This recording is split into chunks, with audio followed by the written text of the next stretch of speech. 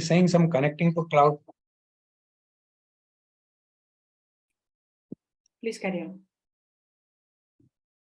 Yes, Mataji, is the screen visible? Yes. Okay. I'll start with the prayers.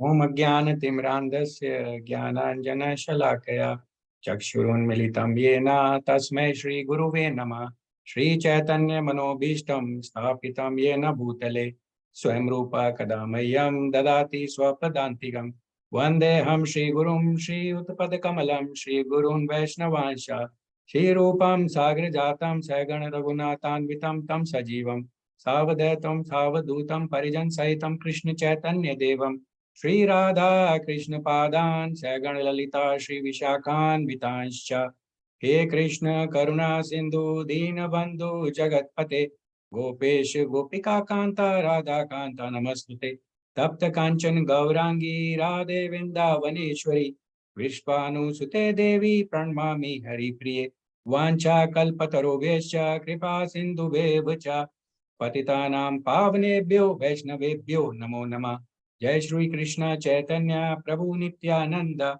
Shri Advaita Gadadhara Shri Vasadi Gaur Bhakti Vrinda Hare Krishna Krishna Krishna Hare Hare Hare Rama Rama Rama Hare Hare Namo Vishnu Padaya Krishna Prishtaya Bhutale Srimate Bhakti Vedanta Swaminiti Namine Namaste Saraswati Deve Gauravani Pracharine निर्विशेष शून्यवादी पाश्चात्य देश तारिणी नमो विष्णु पादाय कृष्ण पृष्ठाय भूतले श्रीमते गोपाल कृष्ण गोस्वामिनिति नामिने प्रभुपादस्य साहित्यम या प्रकाशे वितीर्य च ओम नमो भगवते वासुदेवाय ओम नमो भगवते वासुदेवाय Om Namo Bhagavate Vasudevaya. So we are reading from Canto 4, Chapter 4, verse number 32 and 33. Hare Krishna. Maitre Vacha Iti Anukrosha Hirdayo Bhagavan Ahatanchiva Bhadanjalin Rajaputran Narayana Parovacha. Translation. The great sage Maitreya continued, out of his causeless mercy, the exalted personality, Lord Shiva, a great hero, a great devotee of Lord Narayana, continued to speak to the king's sons who were standing with folded hands.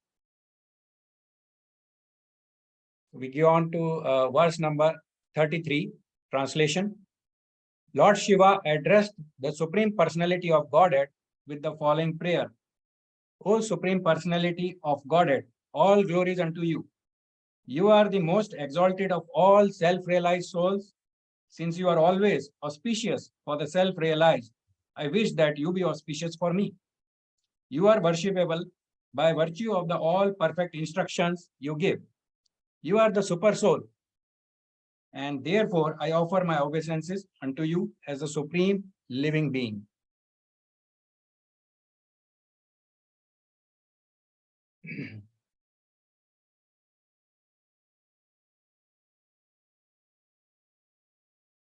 So we understand from this verse 32, the translation, it says there are two key words, Sanskrit words, which are basically specified in verse number 32. One is Anukrosha Hirdayo, which is basically referring to Lord Shiva being very kind-hearted. And he is also referred to as Narayana Para. So Narayana Para means who is a special category of devotees who are totally surrendered unto the Supreme Personality of Godhead, which is basically being referred to Lord Shiva, the great devotee of Narayana. So Lord Shiva here we see that he's giving his mercy to Prachetas. And what he is giving in mercy? That we come into the prayers or the mantras or the series of prayers which Lord Shiva gave to Prachetas. So why did Lord Shiva give these prayers to Prachetas? So let us understand the intention. What was the intent of Prachetas? Now Prachetas, they had good qualities, they were well behaved, pious, and they were devotees of Krishna. And most importantly, they had no material desire.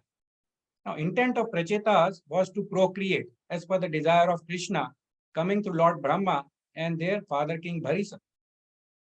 Now, since this instant of basically following the instruction of Lord Krishna was very pleasing to Lord Shiva, he personally came and gave darshan to Prachetas.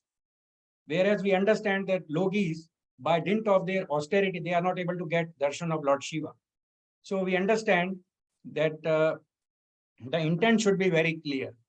And starting from the next verse, that is verse number 33 to verse number 68, these are the prayers which were given by Lord Shiva to Prachetas. And these prayers are of 36 verses, and these prayers were first heard by Lord Shiva from Lord Brahma. So we understand that these prayers have been coming from Parampara. So Lord Brahma originally spoke these prayers to Prajapatis, Lord Shiva, and Bhrigumani. Now, at the end of these prayers, Lord Shiva will say that it is very difficult to get the mercy of Lord Krishna. So he says that still one who recites these prayers or reads these prayers will easily get Krishna's mercy, and he will become fortunate and become completely free from mode of ignorance.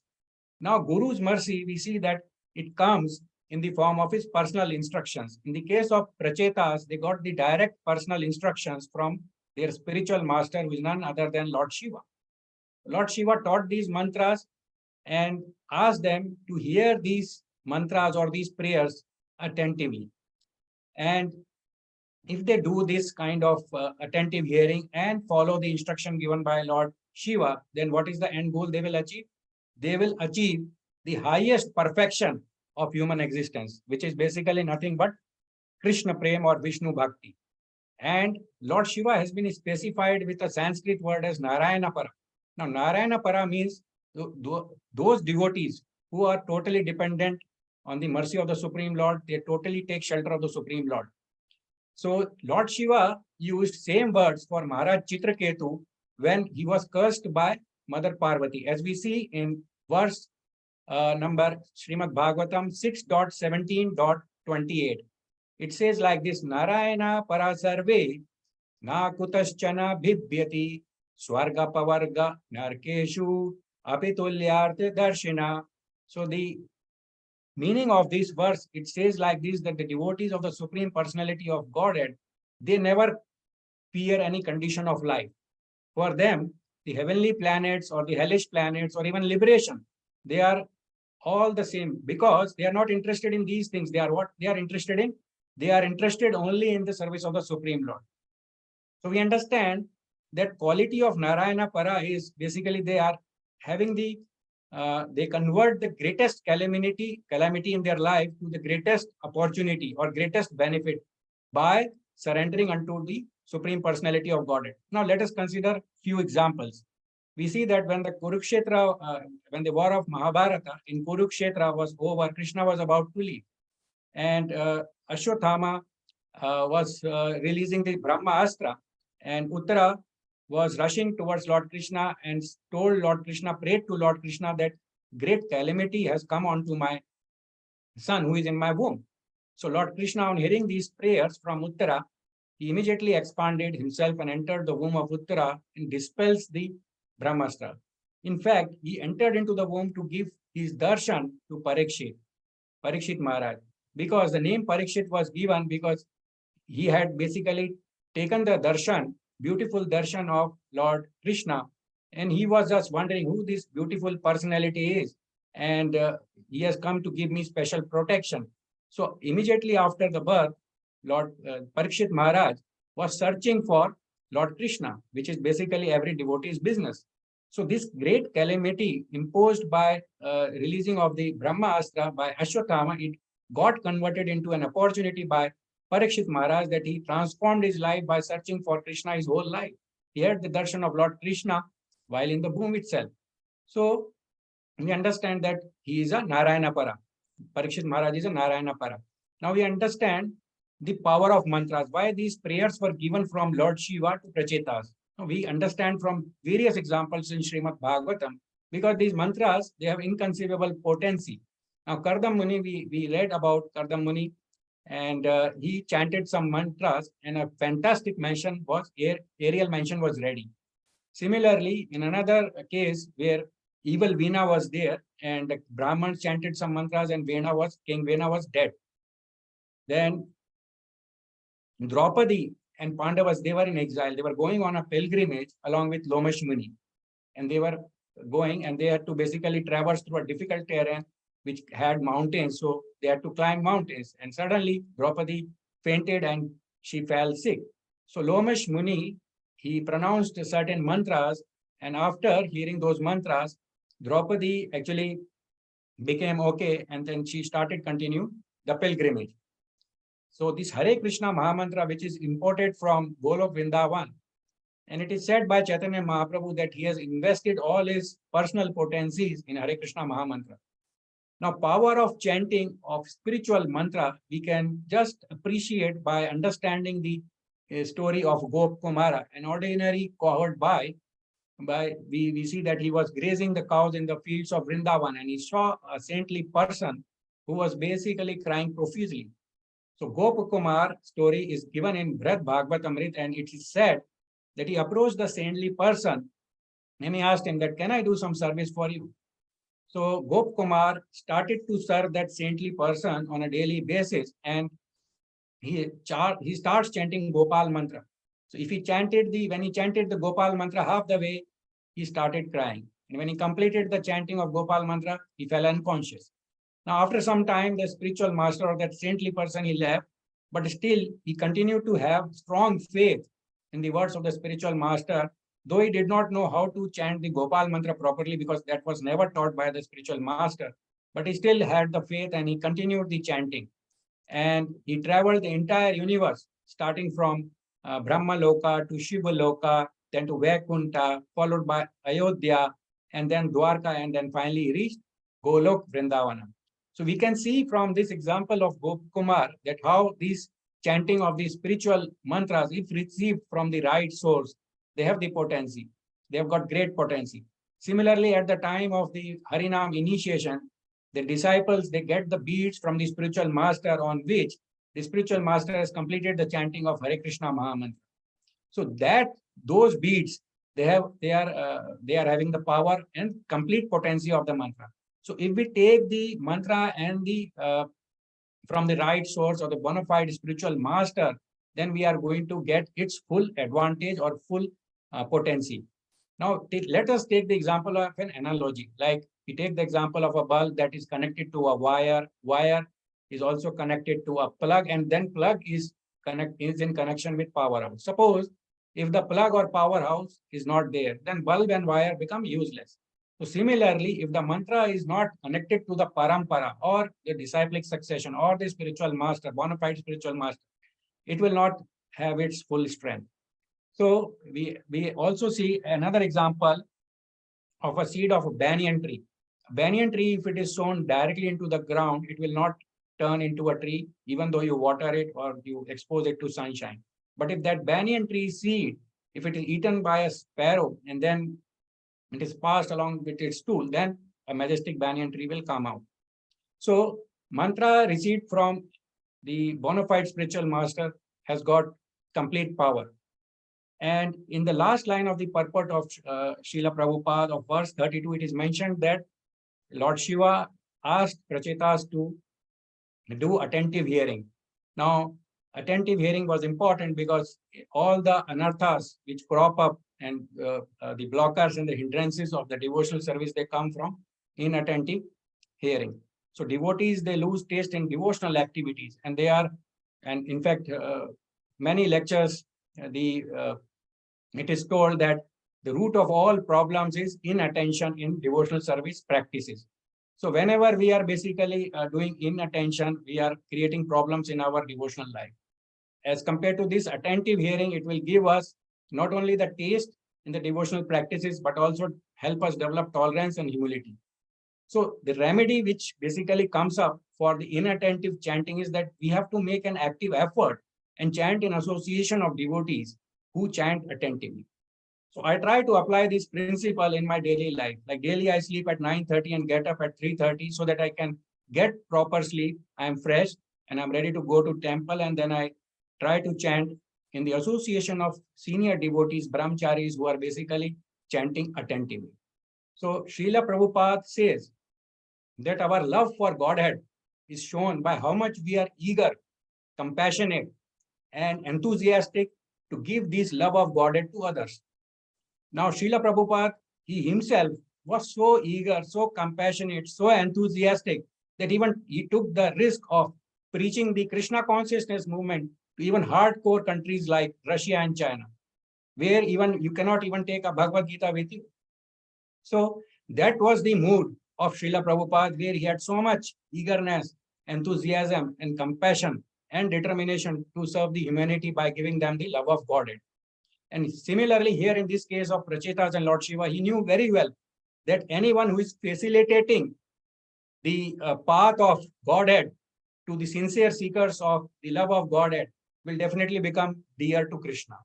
So by giving Krishna consciousness to others, one can retain his own dearness to Lord Krishna. And that is what Lord Shiva is doing by giving these prayers to Prachetas. So Lord Shiva wants to be dear to Krishna. And similarly, we understand that ours is a preaching movement. Like we want to give Krishna to the whole world. And that was the mission of Srila Prabhupada. He wanted to give Krishna consciousness to the whole world so that misdirected civilization can get a path where the human life can be made successful. So this is what basically the mission was there. And to support this mission, I try to do a little service in the temple by participation in the stall preaching service, where I try to connect the new visitors and new seekers of Krishna consciousness to register them in the Discover Yourself program, whereby we get the knowledge of who we are, what is our identity, what is the identity of God, and what is our eternal relationship with God, why we are suffering. All these questions are answered in this short program. And in this program, we get a glimpse of the Sambandh Gyan. So the Sambandh Gyan is very important because we have forgotten our relationship, and that is why we are suffering. So this program tells us like how auspicious and successful our life can become if we understand that Lord is the Supreme Being and we are just the eternal servants of the Supreme Lord. And without this understanding, if we just keep on carrying out our occupational duties, then it will be just a waste of time without any focus, without any attention on Krishna Bhakti. Then it is a waste of time and waste of effort. Like in Srimad Bhagavatam, verse number 1.2.8, it is said, Dharma sanishtita punsam vishwaksena katha suya notpadaya dyatiratim shramhe kevalam. So to become dear to Krishna, now today being the auspicious day of Gita Jayanti, it reminds us that we have to continue to please Srila Prabhupada and Lord Krishna by doing book distribution service. So to become dear to Krishna, I do this big distribution service in railway stations and platforms, whereby people are just wasting their time and just seeing mobiles and internet. So I tell the people that they can get perfect solution to all problems by this user manual of human life, whereby they get solutions to all problems like envy, anger, fear, lust, greed, uncontrolled mind, and you name a problem, the solution is there in Bhagavad Gita. So these kind of things, they motivate the people, they understand, they listen, and if they take, then they get the mercy of Srila Prabhupada. So wherever the books of Srila Prabhupada goes, they get the mercy, because it is Srila Prabhupada who is distributing the books. Only I can make the endeavor. So we understand, and in the next verse, 33 verse, there are prayers given by Lord Shiva to Prachetas. So Lord Shiva sees that Prachetas are approaching with a sincere intent to pray to Lord Krishna. Seeing this, Lord Shiva not only glorifies Lord Krishna, but also instructs, inspires, and train the Prachetas to develop that intensity to attain Krishna and also to surrender to Krishna. So that is what the intention of giving these prayers to Prachetas is. And Lord Shiva here is giving a very beautiful example of Vandanam in the form of prayers. What are these prayers? The purpose of these prayers is to basically that allows us to firm our mind and senses in the service of the Supreme Lord. So a devotee glorifies the Lord in the beginning of the prayer. Why? Because the Lord is all auspicious amongst all the self-realized souls. He is called Atmavid Varya. So Atmavid is self-realized and Varya means the best of self-realized souls. And since the Lord is always auspicious for the self-realized. Swaste. Swaste is means the Sanskrit word, the meaning which is given in the word meaning section is auspicious. And Lord Shiva prays that let me also have that auspicious state. So Swasti Rastu Me. Swasti Rastu Me refers to let me also have that auspicious state. Astu means let me also have, and Swasti is auspicious, and me means unto me.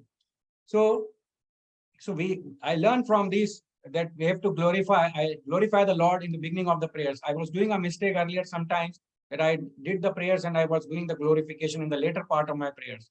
Now, after having read this and understood this, it's very important to glorify the Lord in the beginning of prayers.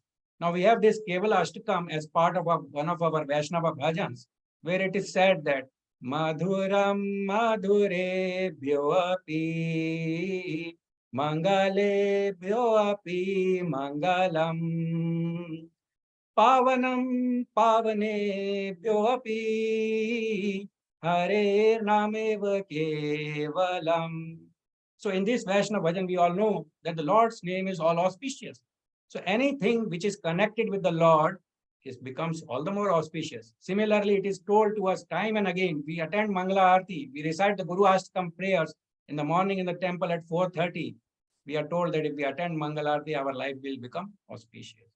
Very, very important. Like to understand why these prayers are there, we have to take advantage of the consciousness of Lord Shiva to understand what it means to be doing the devotional service.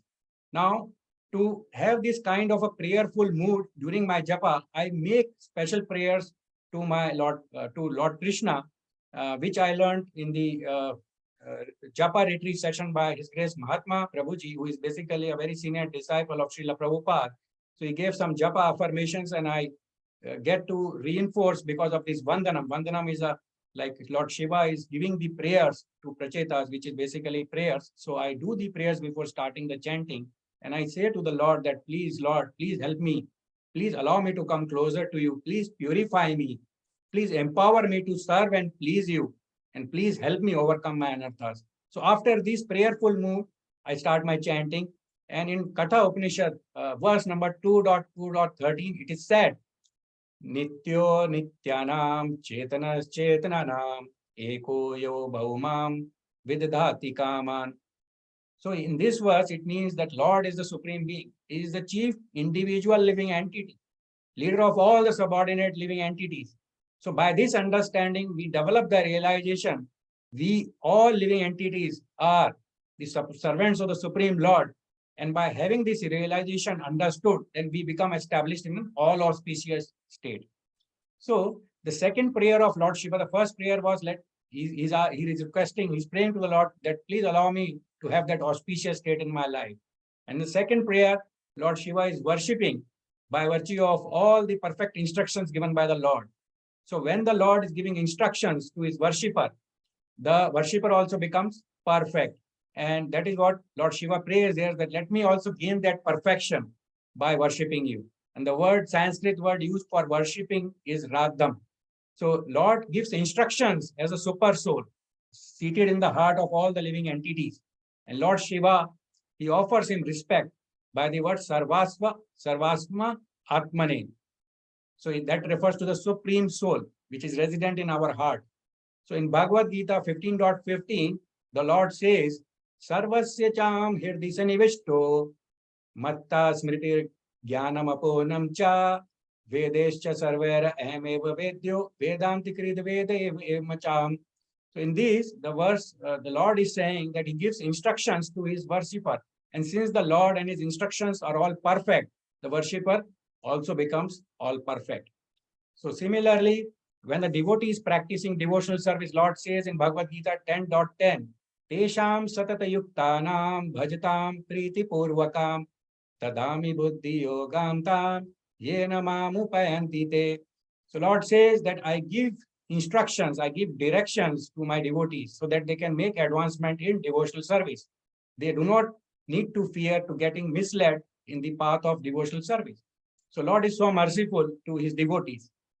And in the prayers of Queen Kunti Maharani, as is specified in the purport given by Srila Prabhupada, Queen Kunti is praying to the Lord in Srimad Bhagavatam, verse number 1.8.20.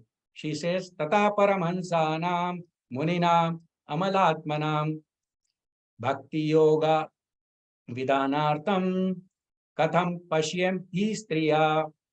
So in this verse, Queen Kunti is praying, Kunti Maharani is praying to the Supreme Lord that you of your own accord descend to give the signs of the transcendental devotional service unto the hearts of advanced transcendentalists and mental speculators, and how we, the women, can know you perfectly. So Lord is knowable only if he awards his own mercy.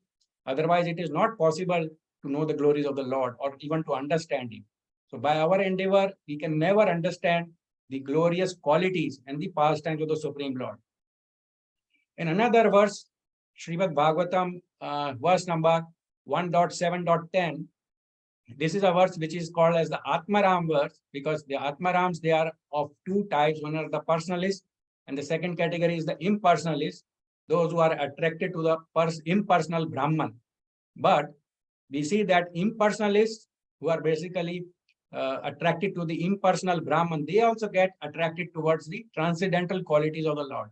So Srimad Bhagavatam, verse number 1.7.10, it says like this, Shutvacha Atmaramascha Muniyo Nirgrantha Cha Muni Nirgrantha Api Urukrame Kurvanti Ahetukim Bhaktim Bhuta Ittam Bhuta Guno Hari.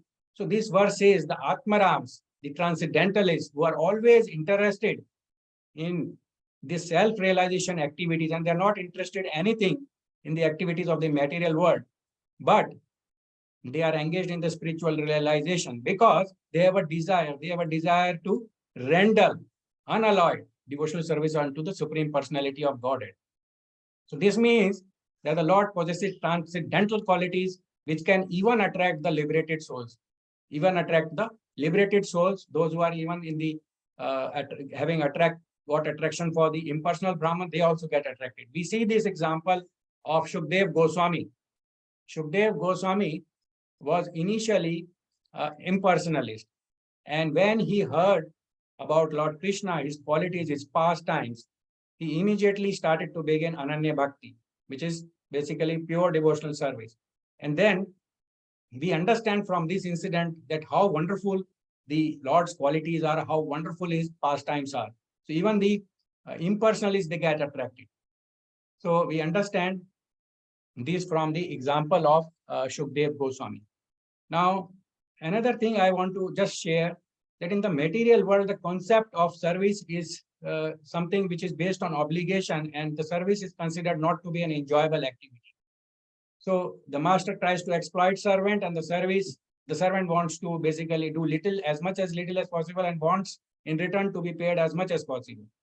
So this kind of exploitation is going on in the material world, and the servant or the person who is instructed by the master, he wants to just save time. He follows the time-saving mentality by which he wants to do the work quickly and just then pass the rest of the time for his own enjoyment. But in devotional service, it is the other way around.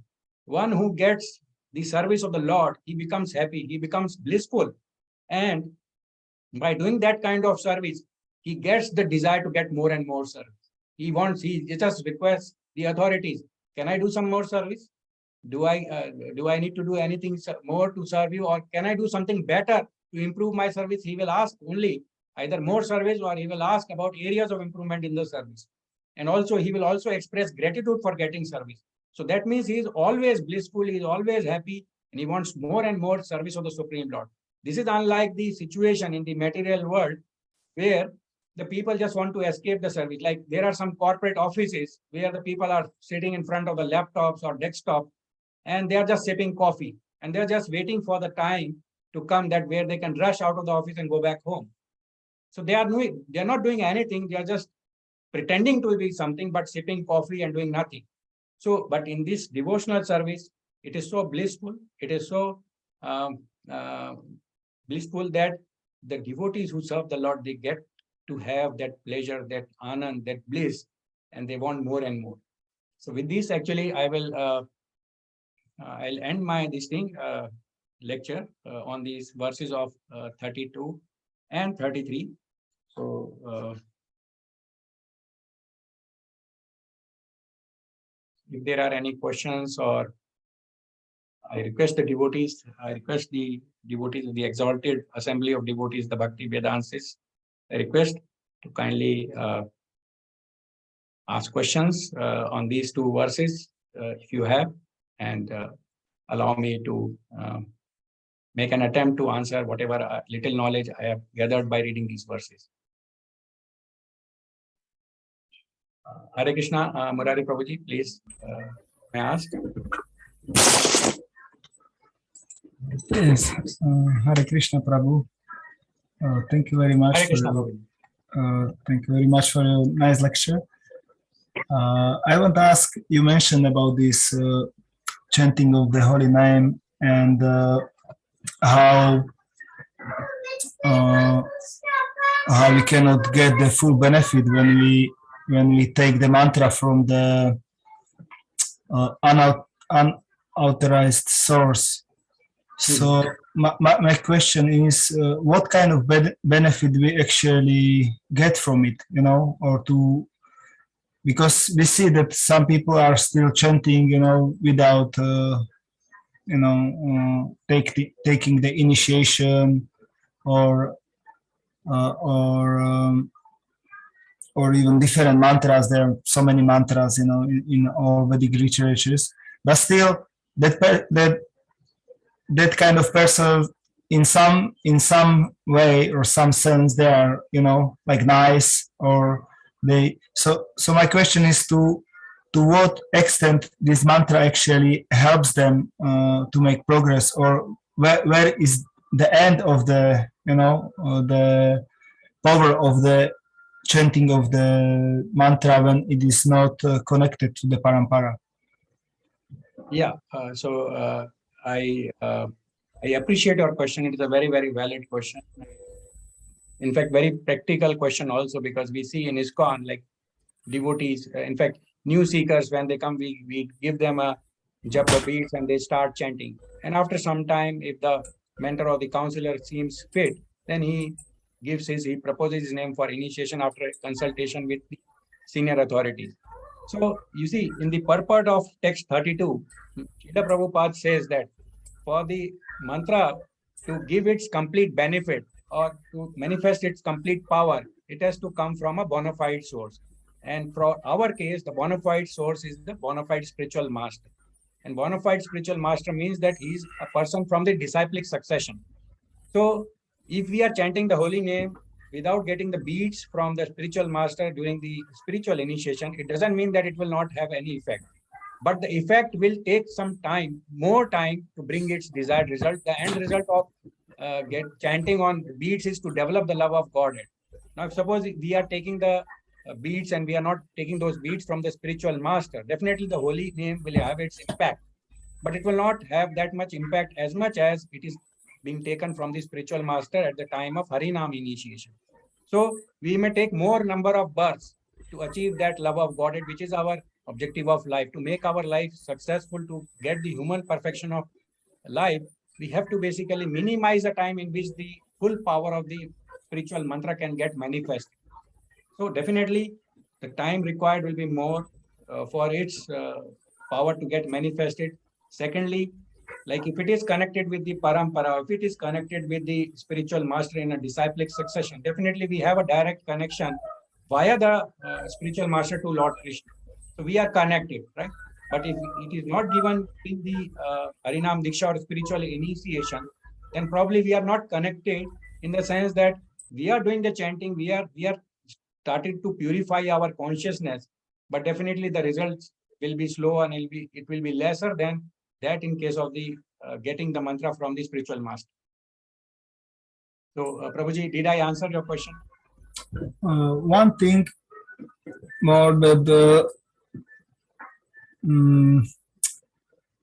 I heard that by the chanting, the maximum result by the chanting of the Maha Mantra, when devotee is like chanting even like in our society, is that he comes to the stage that he understands that he needs to accept a bona fide spiritual master. It is right? It's you have heard such conclusion, or May I request you to kindly repeat the question? I missed the later part of the sentence of the question. Sorry that? for that.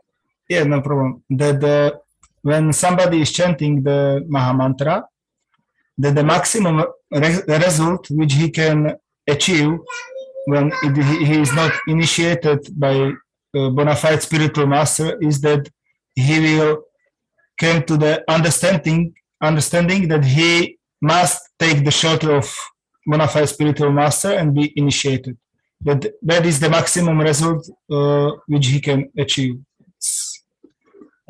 What you are saying is, I am not in a position to basically, because you see the process that we see in ISKCON, we follow that, okay, the persons are the new seekers of Krishna Bhakti, they are required to chant for certain period, because what happens is the chanting of the holy name will purify them. How it will purify them? That they will not be able to commit any sinful activities. So stoppage of sinful activities like no meat eating, no illicit sex, no gambling, no intoxication, all these for sinful activities, they can get stopped, and he can commit to the spiritual master on the time, on the date of the initiation, spiritual initiation. Okay, I will now chant, I will make a vow to the spiritual master in front of so many witnesses who are there, like demigods are there, fire sacrifice is happening, spiritual master is there, or the deities of the spiritual master is there. In front of them, I'm making a commitment for my whole life, that for my whole life, I will make a vow to, in front of all these kind of witnesses, that, okay, I will follow the rules and principles of devotional practice, in which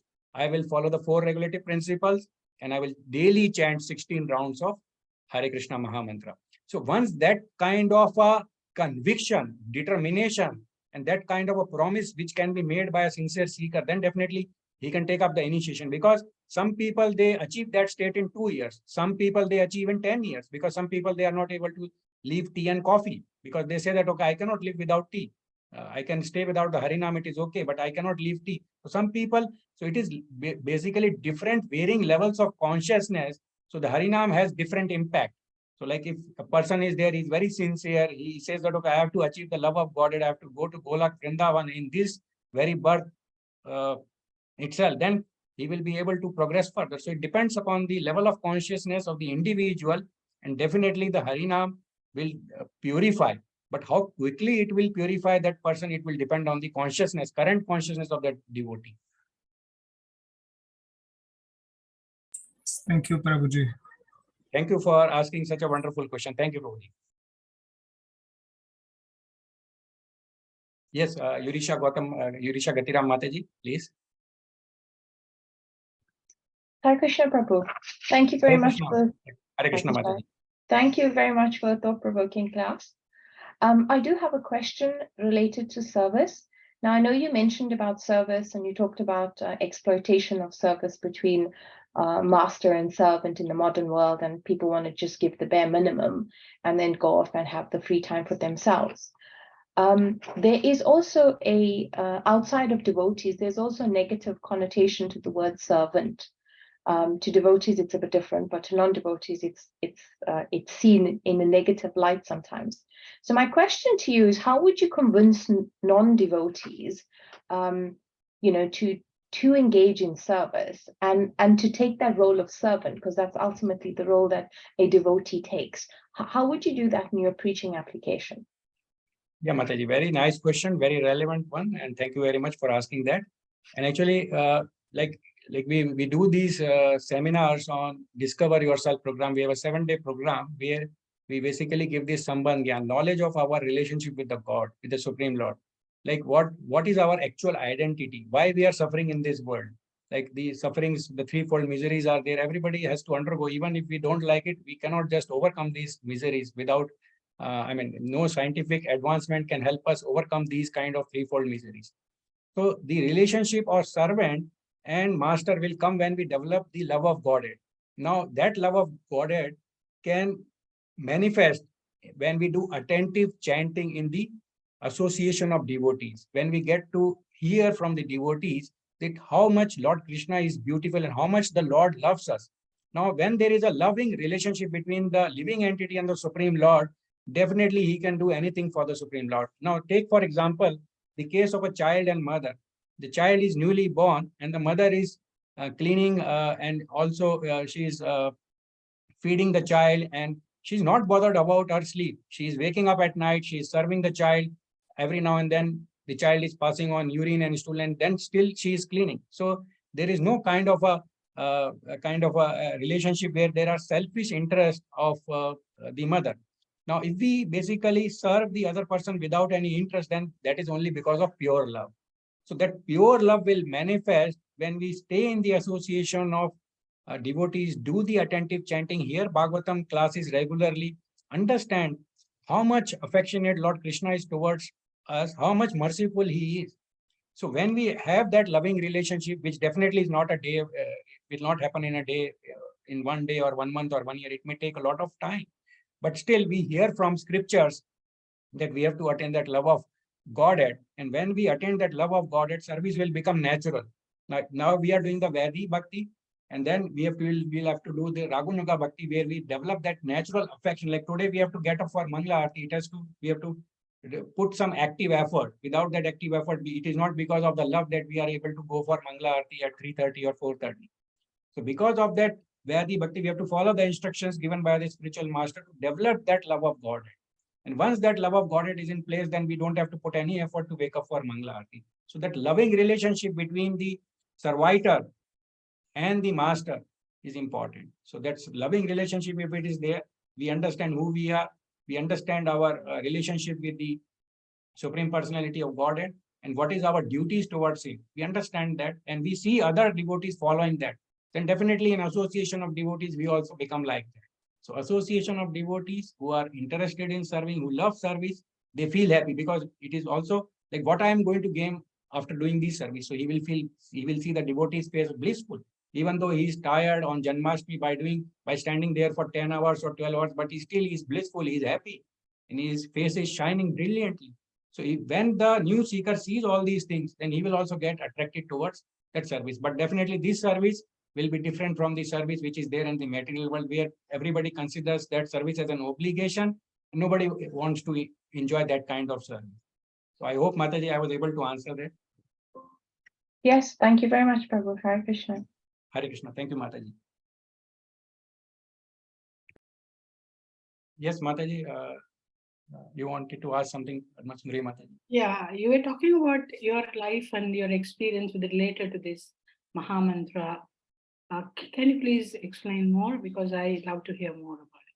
Yeah, experience of Mahamantra. Yes, Prabhu. Yeah, actually, you see, I attended one Japa retreat session of His Grace Mahatma Prabhuji, and he has published a book of 10 affirmations that is available on Amazon.in. And in the retreat, he said that if we are chanting mechanically, it will not have that result until unless we make a prayer to the Supreme Lord. Because you see, our conscience, like my consciousness is so much downgraded that even if I try to chant attentively, it will not happen by my own endeavor. I have to pray for the mercy of the Supreme Lord. And in that book of 10 affirmations by His Grace Mahatma Prabhuji, who is a direct disciple of Srila Prabhupada, he specifically mentions the gist of the affirmation and then he explains it in a lot more detail. Like he says that when we chant the Hare Krishna Mahamantra, Lord Krishna comes to us and asks us, what do you need from me? Like if I say the name of any devotee in the class, then devotee will come and ask me, what do you need from me? Why are you calling me? Similarly, when we chant the Hare Krishna Mahamantra, Lord Krishna comes and then he asks us, what do you need from me? So at that time, we should be ready with our prayers, even before the chanting that, Lord, please help me. I am struggling. Lord, please purify me. Please allow me to come closer to you. Please empower me to basically serve you and please you. And also, please help me overcome my anarthas, which are basically are the blockers in the path of devotional service. So these kind of prayers, when we do it with our heart, full heart, then Lord Krishna definitely will give us some mercy. And then we keep on praying this mentally whenever our mind gets distracted towards any material object which is not related to Krishna, then definitely we will get our prayers answered. And His Grace Mahatma Prabhuji said that we also should assess our quality of a japa on a daily basis. We should mark our quality of a japa on a scale of 1 to 10. 1 is the most distracted and 10 is the best attentive. So Okay, he Prabhu, you gave- can conclude because there's only 10 seconds left. Okay, Mataji, I'll conclude. So I'll share the key takeaways or the learnings or the conclusion from these two verses is basically that learnings from these prayers of Lord Shiva, like we have to pray to the Supreme Lord to be fixed in Krishna consciousness. And we should pray to, like I pray, like Lord Shiva says that I pray to the Supreme Lord to never forget that you are the Supreme Being and I am your servant. And this will make one's life auspicious. And that is what auspiciousness is being requested by Lord Shiva to Lord Krishna. And also he says that, Lord Shiva says that, let me have that perfection by worshipping you. So just simply by worshipping Lord Krishna, one becomes perfect because he receives the instructions as a result of that worship. And to please Lord Krishna, it is very important to offer guidance and direction to sincere seekers of Krishna Bhakti without vested interest. Like if we are telling anything or doing something. And also we should take the mantra from bona fide spiritual master to do attentive chanting and hearing. And after these two verses, it is also said that somewhere down the line in next few Prabhu, you have to chapters. conclude. Time's up. Okay, thank you, Mataji. Thank you very much, Mataji.